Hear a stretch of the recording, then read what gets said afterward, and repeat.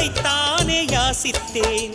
கிடையாது என்றால் கிளியே என் உயிர் போக யோசித்தேன். 4 ஆண்டு தூக்கம் கெட்டு இன்றுன்னை சந்தித்தேன். காற்றும் கடலும் நிலமும் அடித்தீ கூட தித்தித்தேன்.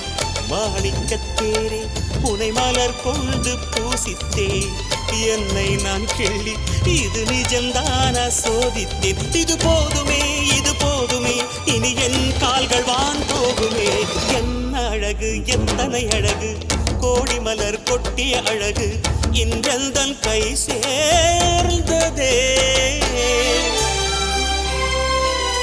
எல்லாரும்